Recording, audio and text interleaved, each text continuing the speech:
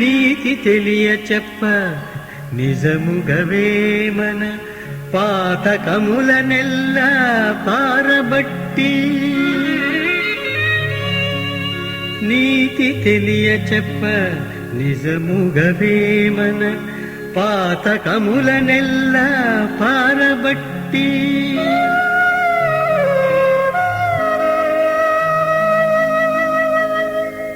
లోతు తత్వమరసి లోకులకును చెప్పే. లోతు తత్వమరసి లోకులకును చెప్పే విశ్వదాభిరామ వినురవేమ. ఆ ఆ ఆ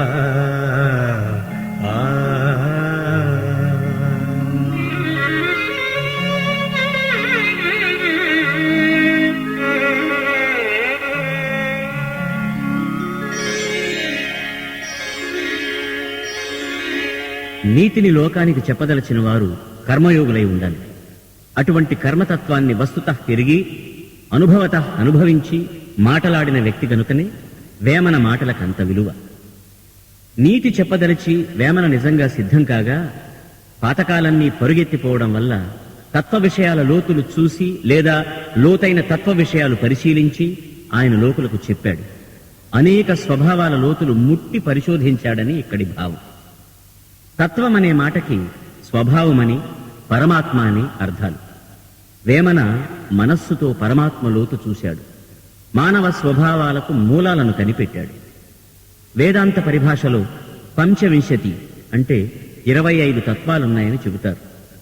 వీటిలో 8 ప్రకృతులు, 16 వికారాలు, 1 పురుషుడు. ప్రకృతి అంటే మూలమని, వికారం అంటే మార్పు అని విశాల అర్థాలు. ఈ పంచవింశతి తత్వాల లోతు నెరిగి వేమన లోకానికి నీతులు వినిపించాడు. ఇలాగా లోతు తత్వం ఎరిగిన వారిలో మహాభారతంలోని విదురుడొకడు. ఆయన కూడా ధృతరాష్ట్రుడి వంటి వారిని ఉద్దేశించి నీతులు చెప్పాడు. అలాగే భర్తృహరి, బౌద్ధుడని చెప్పబడే సుమతి కూడా ఈ కోవకు చెందినవారు. అటువంటి మనఃపరిపాకంతో చెప్పబట్టే దేశకాలాతీతంగా వారు పలికిన పలుకులకు విలువ. వేమన పలుకు విలువైన పలుకు.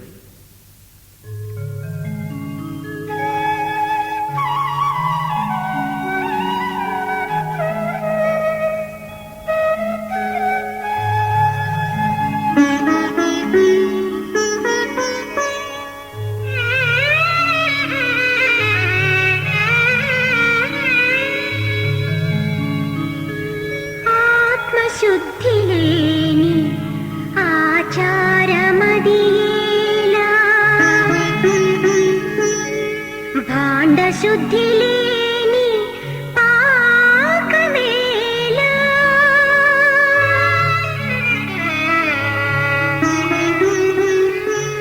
ఆత్మశుద్ధి లేని ఆచారమదియేలా,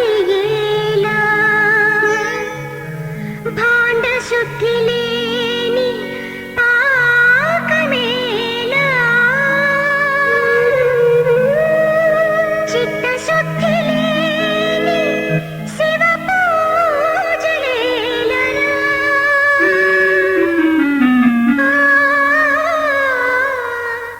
చిత్తశుద్ధి లేని శివ పూజలేలరా, విశ్వదాభిరామ వినురవేమ, విశ్వదాభిరామ వినురవేమ.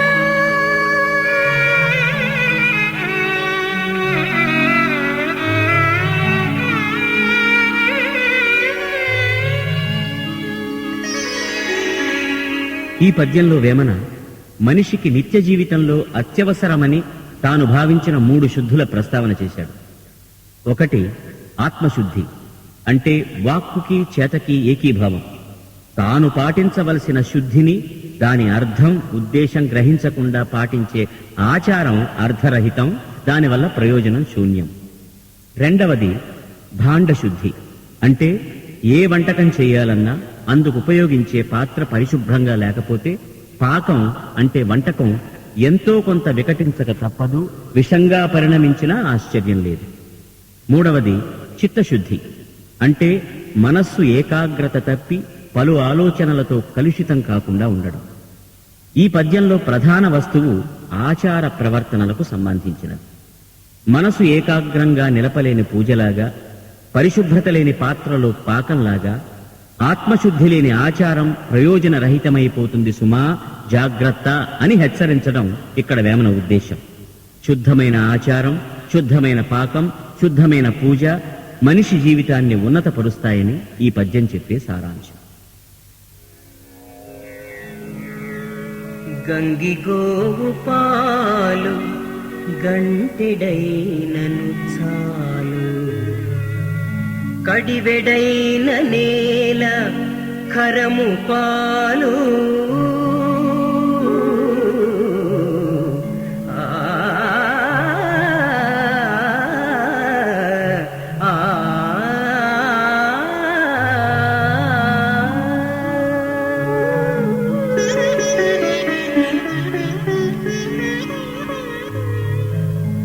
గంగిగోవు పాలు గంటెడైనను చాలు, కడివెడైన నేల ఖరము పాలు.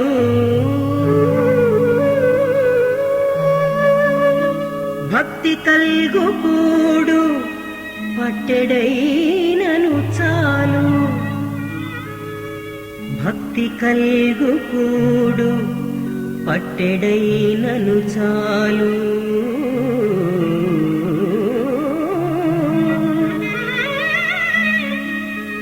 భక్తి కల్గు కూడు పట్టెడైనను చాలు, విశ్వదాభిరామ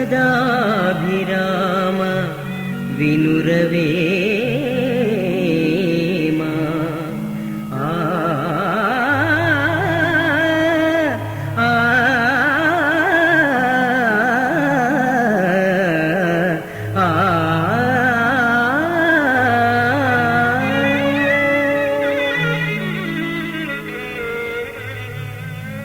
వేమనను తలుసుకోగానే మనస్సులో మిదిలే పద్యాలలో ప్రముఖమైనది ఈ పద్యం. పాలు, కూడు అనే రెండు వస్తువులకు ఉండవలసిన పవిత్రత గురించి వేమన ఇక్కడ ప్రస్తావిస్తున్నారు. విజ్ఞులు తరచూ అంటుంటారు, మనం తినే తిండిని బట్టి మన మానసిక సంస్కారం ఆధారపడి ఉంటుందని. సాత్వికాహారం వల్ల సాత్వికమైన మనసు తటస్థించే అవకాశం ఉంది. భక్తితో ఇచ్చే గౌరవప్రదమైన కూడు విలువైనదని వేమన వక్కాణిస్తున్నారు. గంగి అంటే పుణ్యమని, యజ్ఞ సంబంధమైనదని రెండర్థాలు. సాధారణంగా సాధు స్వభావం గంగిగోవుతనంగా మన భాషలో చలామణిలో ఉంది. పవిత్రమైన జంతువు ఆవు. మన వారు సహనానికి ప్రతీకగా భూమిని ఆవుతో పోలుస్తారు. అటువంటి ఆవు పాలు ఒక్క గరిటెడు లభించినా చాలు, తాగిన శరీరం పవిత్రమైపోతుంది. మందబుద్ధికి, బానిసతనానికి ప్రతీక అయిన గాడిద పాలు కడివిడి లభించినా ఏం ప్రయోజనం? అలాగే అన్నం కోసం ఆర్తిపడే వారికి ఎవరైనా గౌరవంగా భక్తితో ఇచ్చే పట్టెడు అన్నం చాలు, ఆకలి తీరిపోతుంది. పట్టెడన్నం అంటే ప్రాణాలు నిలిపేపాటి అన్నమని వేమన ఉద్దేశం. భగవద్గీతలో రాజవిద్య రాజగుహ్య యోగంలో భగవానుడు అంటాడు, పత్రం పుష్పం ఫలం తోయం యోమే భక్త్యా ప్రయచ్చతి తదహం భక్త్యుపహృతమశ్నామి ప్రయతాత్మనః. నాకు భక్తితో ఆకునో, పువ్వునో, పండునో, నీటినో ఇస్తే ఆ పవిత్ర భక్తుడిచ్చిన దాన్ని నేను ఆరగిస్తాను అని భావం. భక్తి కలుగు కూడు అంటే నిష్కామంగా పెట్టే కూడు. అది గంగిగోవు పాలలాగా ఆదరణ యోగ్యమంటున్నాడు వేమన.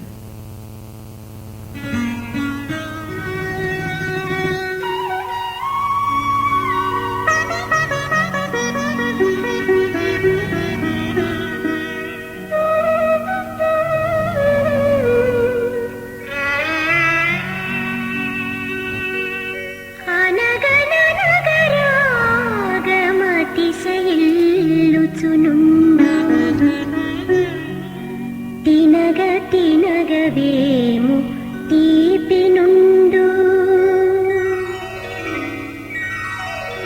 అనగనగరాగమతిశయిల్లుచునుండు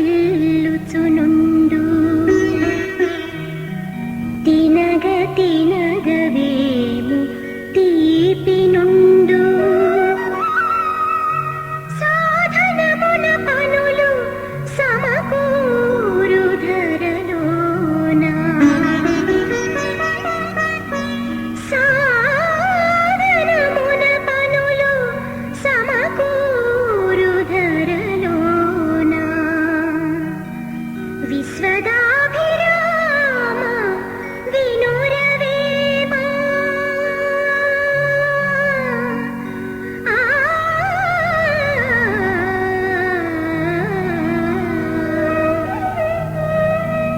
వినురవేమ.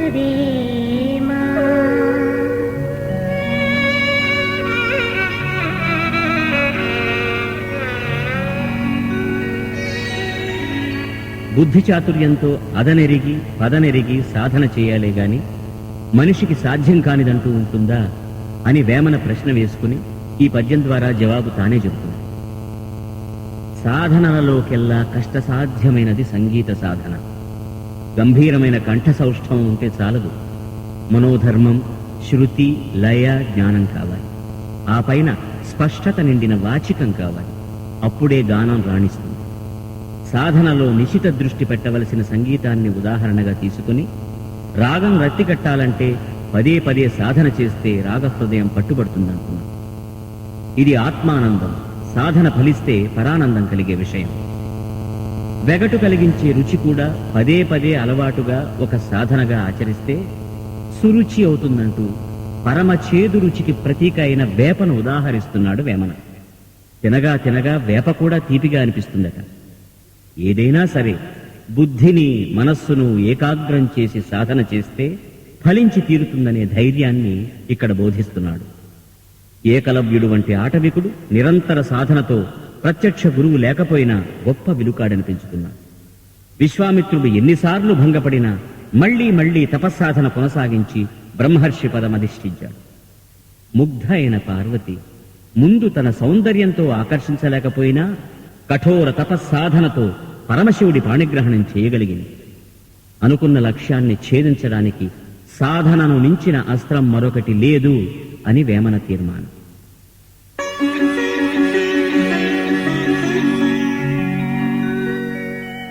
బహుళ కావ్యములను పరికింపగావచ్చు, బహుళ శబ్దచయము పలుకవచ్చు. బహుళ కావ్యములను పరికింపగావచ్చు, బహుళ శబ్దచయము పలుకవచ్చు.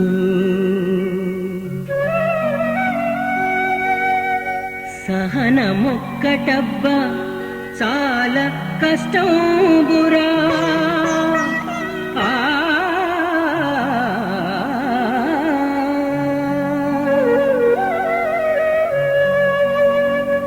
సహనమొక్కటబ్బా చాలా కష్టం బురా. విశ్వదాభిరామ వినురవేమ, విశ్వదాభిరామ వినురవేమ.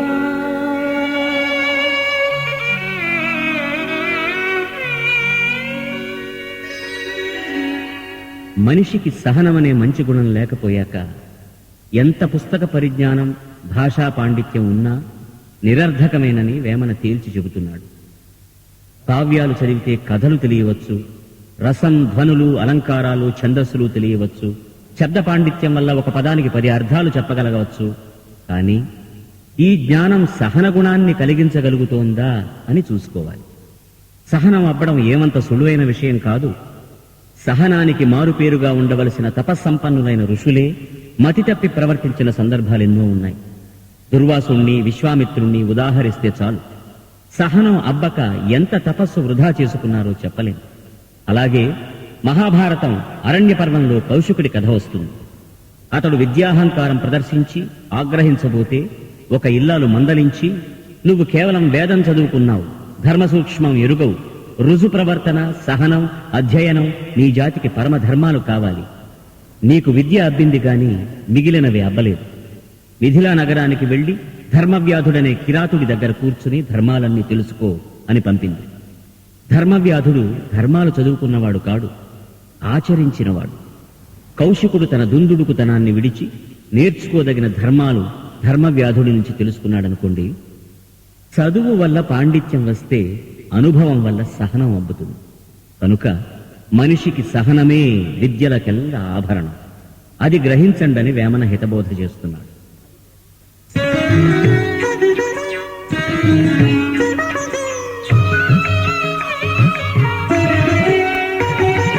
కుండ కుంభమన్న కుండ కుధరమన్న ఉప్పు లవణమన్న ఒకటి కాదే. కుండ కుంభమన్న కుండ కుధరమన్న ఉప్పు లవణమన్న ఒకటి కాదే. భాషలెన్ని అయిన పరతత్వమొక్కటే, భాషలెన్ని అయిన పరతత్వమొక్కటే. విశ్వదాభిరామ వినురవేమా, విశ్వదాభిరామ వినురవేమా. భగవంతుడు అని సాధారణంగా మనం వ్యవహరించే ఆధ్యాత్మిక మూర్తిని శాస్త్ర పరిభాషలో పరతత్వం అంటారు. భగము అనే పదానికి ఐశ్వర్యమని అర్థం. సర్వ ఐశ్వర్యవంతుడు, ఐశ్వర్య ప్రదాత కనుక భగవంతుడని పరతత్వాన్ని వ్యవహరిస్తూ ఉంటాం. భగవానుడి వాక్కు సంస్కృతంలో ఉండవచ్చు, పాళీ భాషలో ఉండవచ్చు, హీబ్రూ భాషలో, అరబ్బీ భాషలో, ఇంకా అనేక భాషల్లో ఉండవచ్చు. ఏ భాషలో ఏ పేరుతో పిలువబడినా పరతత్వం ఒకటే. ఏకం సత్ విప్రా బహుధా వదంతి. సత్యం ఒక్కటే, మేధావులు రకరకాలుగా వెల్లడిస్తారు. ఈ అభిప్రాయాన్ని ఈ పద్యంలో వేమన ఉదాహరణల మీద సమన్వయిస్తున్నాడు. కుండను కుంభం అని చెప్పినా, కొండను కుధరం అని వివరించినా, ఉప్పును లవణమని వ్యవహరించినా వాటి వాటి ఆకారాలు, రుచి భాషను బట్టి మారిపోనట్టే ఏ భాషలో చెప్పినా పరతత్వ లక్షణం కూడా మారిపోదు. ఇతర భాషల్లో ఉంటే అది గంభీరమని, స్వభాషలో తేలిక మాటల్లో ఉంటే అది తత్వజిజ్ఞాస కాదని అనుకునే వారి ధోరణి తప్పని వేమన ఘంటాపథంగా చెబుతున్నాడు. నిజానికి ఆదిశంకరులు అద్వైతమన్నది, వేమన మరికొందరు అచలబోధ అన్నది భావ ప్రకటనలో తేడా తప్ప అంతా ఒకటే. జగత్తు మిథ్య, బ్రహ్మ సత్యం అనడమే పరతత్వ సారం. చిన్న చిన్న మార్పులతో, వేరువేరు వాదాలతో మార్గాలు విభేదిస్తాయి అంతే.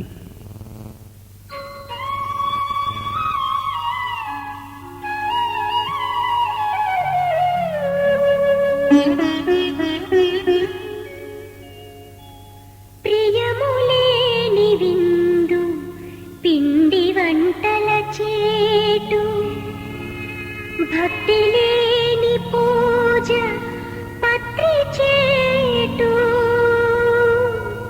ఆ ఆ ఆ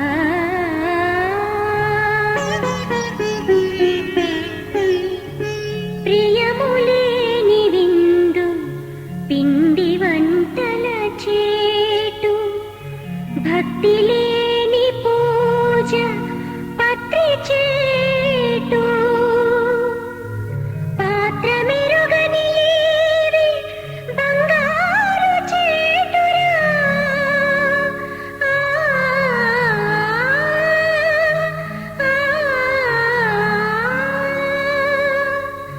పాత్ర మెరుగని ఏవి బంగారు చేటురా. విశ్వదాభిరామ వినురవేమా.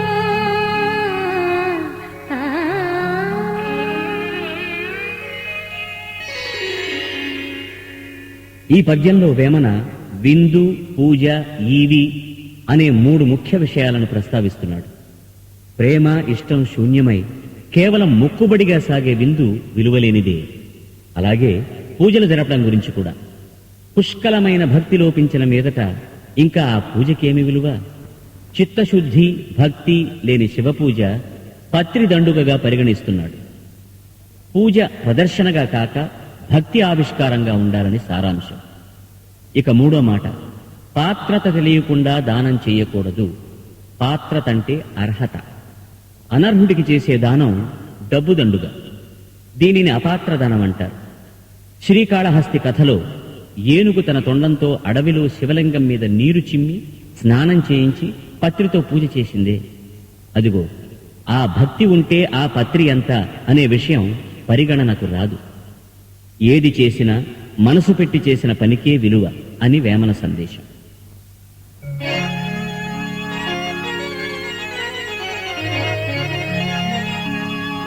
ఆ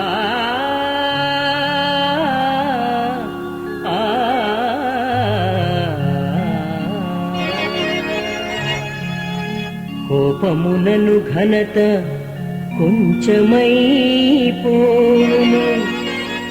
కోపమునను మిగుల గోడు కలుగు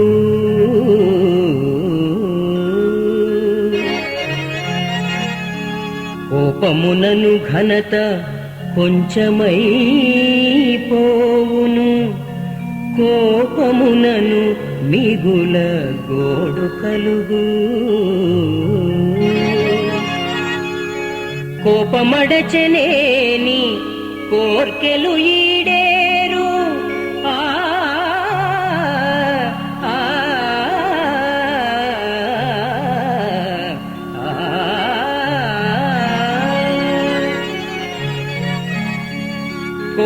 కోపమడచనేని కోర్కెలు ఈడేరు విశ్వదాభిరామ వినురవేమా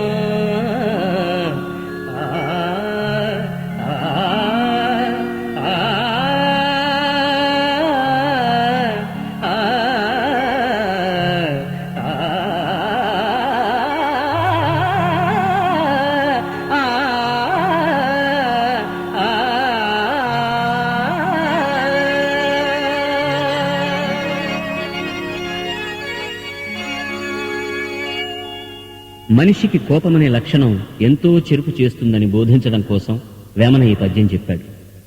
కోపం ప్రదర్శించేవాళ్లు ఎంత గొప్పవాళ్లైనా సరే వారి గొప్పతనం తరిగిపోతుంది. పైగా దుఃఖం మాత్రం మిగులుతుంది. కోపాన్ని అణిచి పని చేసుకుంటే అన్ని కోరికలు తీరుతాయట. తన కోపమే తన శత్రువు, తన శాంతమి తనకు రక్ష, దయ చుట్టంబౌ, తన సంతోషమి స్వర్గము, తన దుఃఖమి నరకమన్రు తథ్యము అంటుంది సుమతి శతకం. స్వర్గ నరకాలెక్కడో లేవు, కోపాన్ని అదుపు చేయడంలోనే ఉన్నాయట. మన పురాణ కథల్లో పరశురాముడు, విశ్వామిత్రుడు, దుర్వాసుడు కోపగుణానికి పెట్టిన పేర్లు. హనుమంతుడు రామాయణం సుందరకాండలో లంకాదహనం చేసేశాక సీత చనిపోయిందనే భయంతో పశ్చాత్తాపంతో అనుకుంటాడు, క్రుద్ధః పాపం న కుర్యాత్కః క్రుద్ధో హన్యాద్గురూనపి క్రుద్ధః పరుషయా వాచా నరః సాధూనధిక్షిపేత్. అంటే కోపదారి మనిషి ఏ పాపం చేయడు, గురువునైనా పెద్దలనైనా చంపేస్తాడు. కఠిన పదజాలంతో సాధుజనాన్ని ఎద్దేవా చేయడానికి కూడా వెనుకాడడు అని అర్థం. ఏ కోణం నుంచి చూసినా క్రోధం అనండి, కోపం అనండి, అది ఆ మనిషికే శాంతిని చెడగొడుతుంది. ఏదైనా గొప్పతనం ఉంటే అది కాస్త తుడిచిపెట్టుకుపోతుంది. కోపానికి దూరంగా ఉంటే కోరికలు తీరుతాయని వేమన హితవు పలుకుతున్నారు.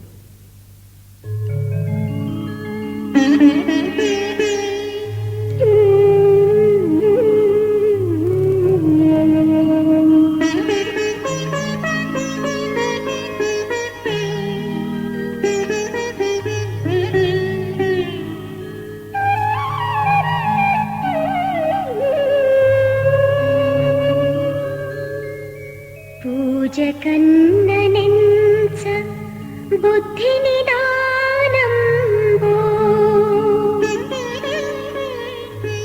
మాట కన్ననెంచ మనసు దృఢము,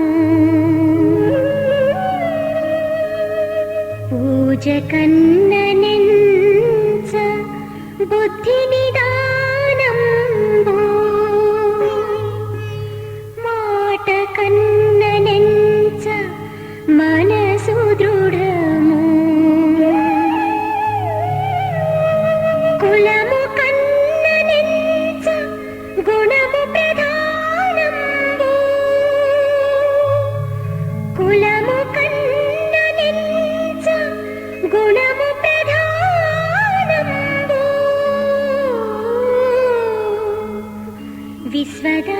విశ్వదాభిరామ వినురవేమా.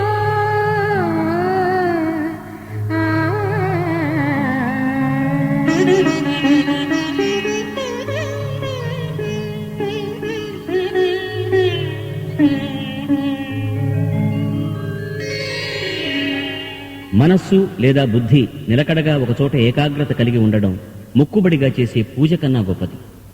వట్టి మాటల కన్నా ఒక పని చేయడంలో బలంగా మనసు పెట్టడం దొడ్డది. కులాన్ని బట్టి కాకుండా గుణాన్ని బట్టి విలువ ఇవ్వడం ప్రధానం అంటున్నాడు వేమన. భారతీయ సంస్కారంలో కులాన్ని బట్టి కాక గుణాన్ని బట్టి విలువ ఇవ్వాలనే దృష్టి ప్రధానంగా చిరకాలంగా ఉంది. పూజ కన్నా బుద్ధి ఆది కారణం అని ఎరిగిన కృష్ణుడు కుచేలుడు తెచ్చిన పిడికెడు అటుకులకు విలువ ఇచ్చాడు. మాట కన్నా ఎంచదగినది, గ్రహించవలసినది మనస్సు బలవత్తరం అనుకున్నాడు కనుకనే రాముడు వాలిని కాకుండా సుగ్రీవుణ్ణి సన్నిహితుడిగా ఎంచుకున్నాడు. కులం కంటే గుణం ప్రధానం అనుకున్నాడు కనుకనే రాయబారానికి కౌరవ సభకు వెళ్లిన కృష్ణుడు దుర్యోధనుడు ఏర్పాటు చేసిన విడిదిలో కాకుండా విదురుడింటి అతిథిగా వెళ్ళాడు. బుద్ధి స్థిమితంగా ఉండడం, దృఢమైన మనస్సు కలిగి ఉండడం, కులం కంటే గుణం ప్రధానం అన్నది వేమన్న వేదం. మేఘము అడ్డమైన మిహిరుని చెరచును,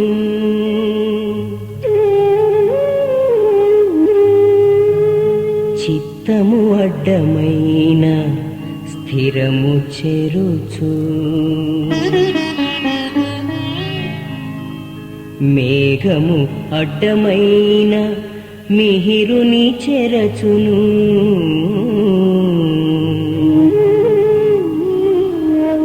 చిత్తము అడ్డమైన స్థిరము చెరుచు.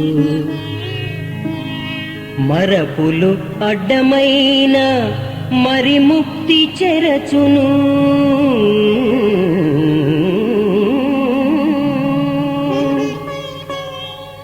మరపులు అడ్డమైన మరి ముక్తి చెరచును. విశ్వదాభిరామ వినురవేమా.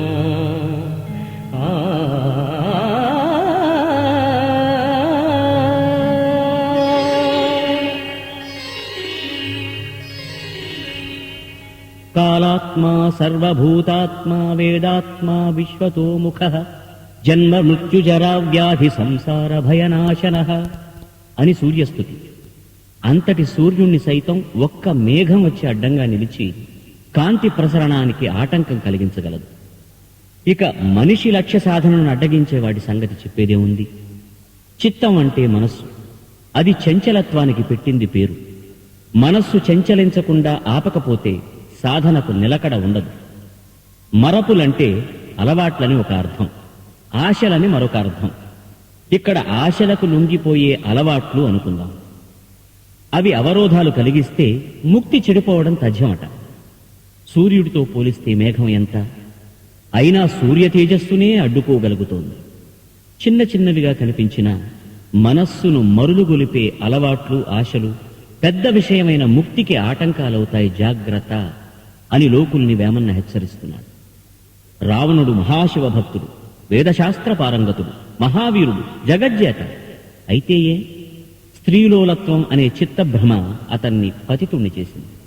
ఈ పద్యంలో అడ్డమైన అనే క్రియను పదే పదే వాడి అవరోధాలకున్న బహుముఖాలు వేమన సూచించదలిచాడేమో అనిపిస్తుంది. మేఘం సూర్యకాంతికి తాత్కాలిక అవరోధం మాత్రమే. మనిషి గ్రహించుకోగలిగితే ఏ అవరోధమైనా తాత్కాలికమే కాగలదనే సూచన కూడా ఉంది.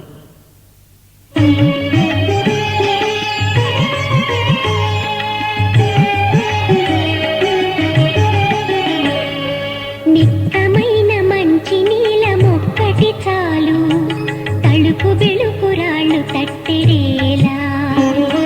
నిక్కమైన మంచి నీలమొక్కటి చాలు, తలుపు వెలుకురాళ్ళు తట్టెడేలా. చదువ పద్య మరయ చాలదా, ఒకటైన చదువ పద్య మరయ చాలదా, ఒకటైన విశ్వదాభిరామ వినురవేమా, విశ్వదాభిరామ వినురవేమా. నవరత్నాలలో గణనీయమైనది నీలమణి. పరిశుద్ధమైన ఒక్క నీలపు రాయి ఉంటే చాలు. ఏవేవో మెలమెలలాడే రాళ్లు తట్టెడు సేకరించి ఏమి ప్రయోజనం? ఈ పద్యంలో ఈ భావం ఒక భాగం. ఇక రెండవ భాగం, చదువదగిన మంచి పద్యం ఒక్కటి ఉంటే చాలు, కట్టల కొద్దీ పద్యాలుండి ఏమి లాభం అని. కవిత్వం విషయానికొస్తే బుద్ధికి వికాసం కలిగించే ఒక్క పద్యం, ఒక ముక్తకం చాలు. వర్ణనాత్మకమైన పలు పద్యాలు అనవసరం. అందువలనే వేమన ముక్తక పద్ధతిలో ఒక్క పద్యం చదువరుల దృష్టికెక్కినా చాలు అనుకున్నాడు కనుకనే తన పద్యాలు చెప్పాడు ఆశ్రయించే కవులలాగా కథా వర్ణనలతో కాకుండా ప్రవచన పద్ధతి అనుసరించాడు.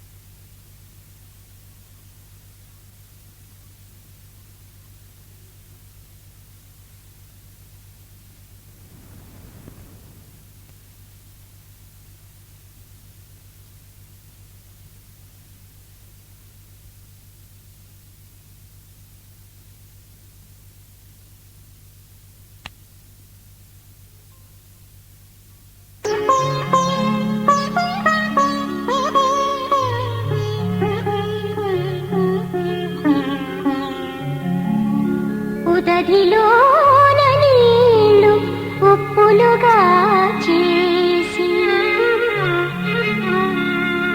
పసిడి కలుగువాని పిసిని చేసి ఉదధిలోన నీళ్లు ఉప్పులుగా చేసి పసిడి కలుగువాని పిసిని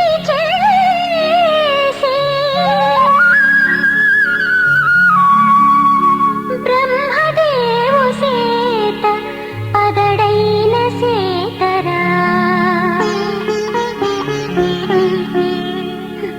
బ్రహ్మదేవు సేత పదడైన సేతరా విశ్వదాభిరామ వినురవేమో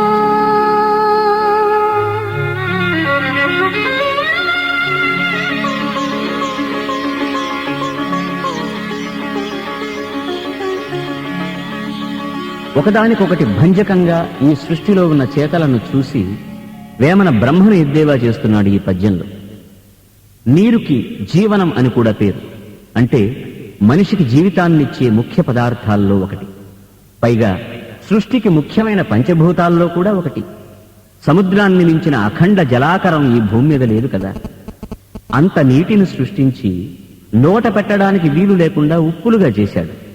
ఇంతటి వ్యర్థమైన పని మరొకటి ఉంటుందా? వంశపారంపర్యంగా గాని స్వశక్తితో గాని ఒక్కొక్కరు పసిడిని అంటే ధన సంపదని కూడబెట్టగలవాణ్ణి సృష్టించి వాడిలో దానగుణం ఇసుమంతైనా లేకుండా చేసి పిసినారిని చేసి వదిలిపెట్టాడు. ఇలా చేయడం కూడా వ్యర్థ సృష్టే కదా. ఎటు చూసినా బ్రహ్మదేవుడు చేసిన పని బూడిదగా పరిణమించింది. పదడైన సేత అంటే బూడిదైపోయిన వ్యర్థమైపోయిన పని అని అర్థం. వేమన చెప్పినవి రెండే ఉదాహరణలైనా ఇంకా ఇటువంటి బూడిద సేతలు లెక్కించాలే గాని బోలెడు కనిపిస్తాయి. ఒకవైపు కాకులు దూరని కారడవులు, మరొక వైపు నీడ కోసమైన మొక్కమలవని ఎడారులు. ఒకడు మహావీరుడు కాని దుర్మార్గుడు, ఒకడు మహర్షి కాని వట్టి కోపిష్టి.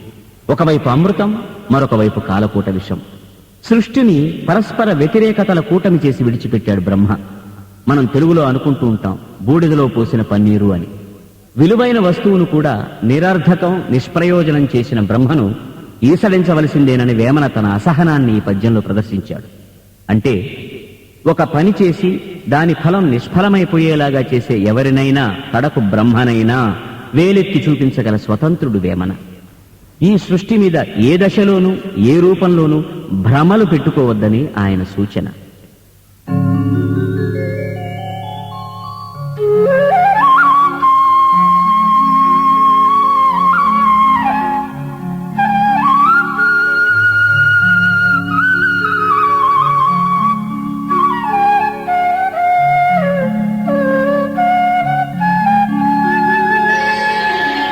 ఐకమత్యమొకటి ఆవశ్యకం విపుడు, దాని బలిమి ఎంత అయిన కూడు ఐకమత్యమొకటి ఆవశ్యకం వెప్పుడు దాని బలిమి ఎంత అయిన కూడు గడ్డి వెంటబెట్టి కట్టరాయేనుంగు గడ్డి వెంటబెట్టి కట్టరాయేనుంగు విశ్వదాభిరామ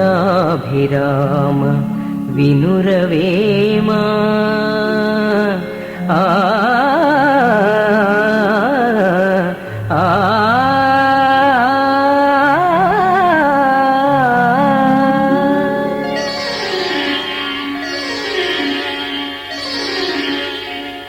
కొన్ని పనులకు సంఘబలిం కావాలి. అదే ఉంటే అసాధ్యాన్ని సాధ్యం చేయవచ్చునంటూ గడ్డి వెంటిని ఉదాహరణంగా చూపిస్తున్నాడు. గడ్డి వెంటి అనేది గడ్డి పరకలతో అల్లిన బలమైన మోకు. విడివిడిగా పడి ఉండే గడ్డి పరకలు శక్తి తక్కువతనానికి నిదర్శనాలు. తేలిగ్గా తీసి పారవేయదలిచిన దానిని గడ్డి పరకతో సమానంగా పోలుస్తూ ఉంటాం. గడ్డి పరకలన్నీ సమష్టి రూపంగా వెంటిగా మారితే జంతుజాలంలో బలవత్తరమైన ఏనుగులు సైతం కట్టిపడవేయడం సాధ్యం. పంచతంత్రంలోని పావురాలు వల కథ అందరికీ పరిచితమైనదే. విశేషించి మైత్రీ బలాన్ని, ఐకమత్య లాభాన్ని వివరించే కథ. మొదటి పాదంలో చెప్పిన వాక్యంలో ఆవశ్యకం వెప్పుడు అనే మాట మరువరానిది. ఎప్పటికీ అవసరం అన్న వేమన్న ఉద్దేశం సమాజంలో ఎప్పటికీ సమిష్టి క్షేమం కోరాలని, అందుకు ఎప్పటికీ ఒకరికొకరు అండగా నిలవాలని, అదే జరిగితే ఎంతైనా సాధించవచ్చునని ఆయన చెప్పే హితం.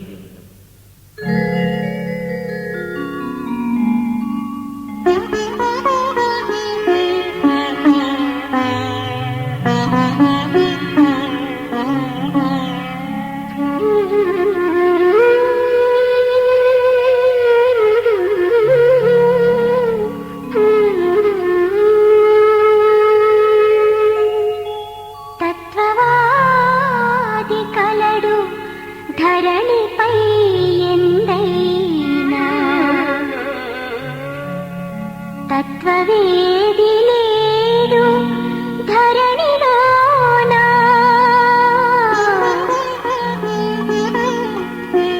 తత్వవాది కలడు ధరణిపై ఎందైనా తత్వవేది లేడు ధరణిలోనా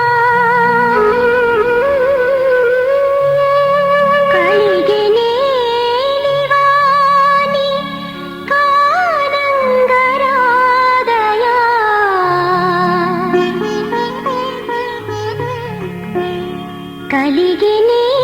కలిగినేనివాని కానంగరాదయా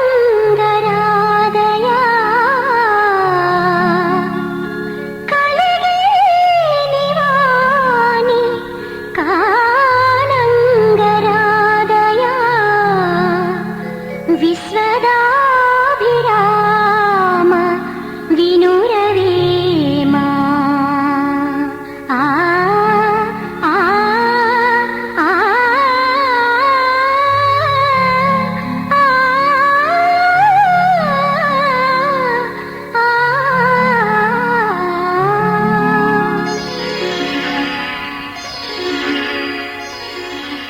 ఈ పద్యంలో వేమన తత్వవాదికి తత్వవేదికి తేడా చెబుతున్నాడు.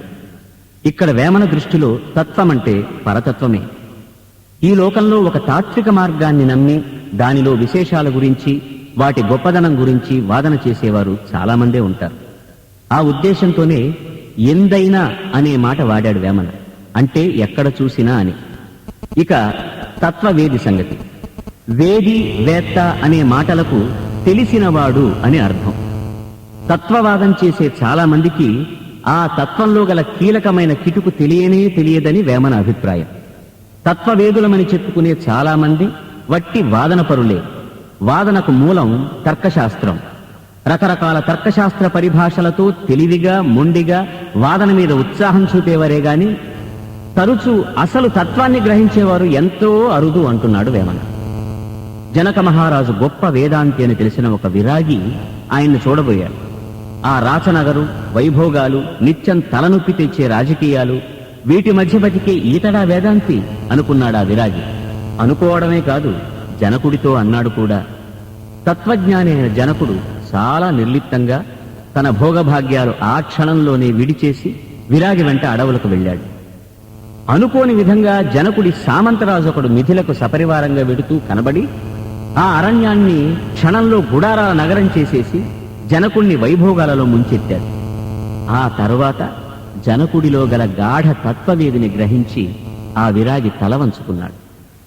సుఖ ప్రారబ్ధ తత్వాన్ని గ్రహించిన వేత్త జనకుడు. జీవితాన్ని ఎంతలో చూడాలో ఎరిగినవాడు. ఇటువంటి వారే తత్వవేదులు, తత్వవాదులు కాదు. వీరిని గుర్తించడం అంత తేలిక కాదంటాడు వేమన.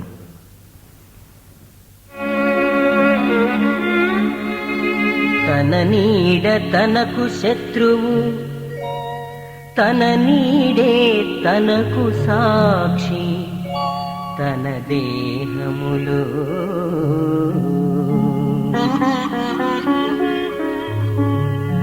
తన నీడ తనకు శత్రువు,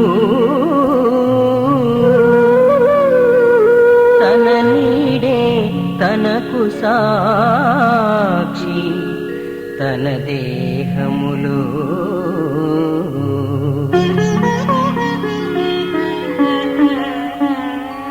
తన వారే తన శత్రులు. ఆ ఆ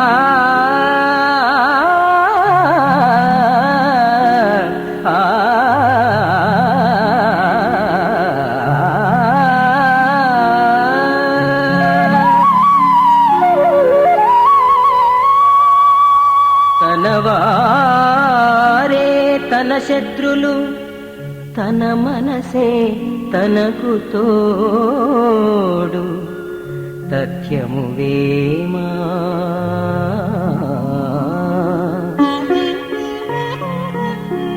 తథ్యము వేమా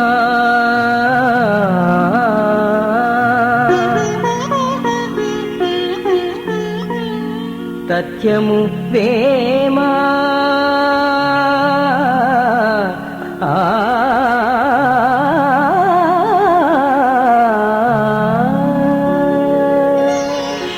లోక వ్యవహారాలలో మసలే మనిషికి ఎవరిని నమ్మాలో ఎవరిని నమ్మకూడదో తెలుసుకోవడం దుర్ఘటం. ఒక్కొక్కడు మేలు కోరుతున్నట్టు ప్రవర్తిస్తూ దారుణమైన కీడు చేసేస్తాడు.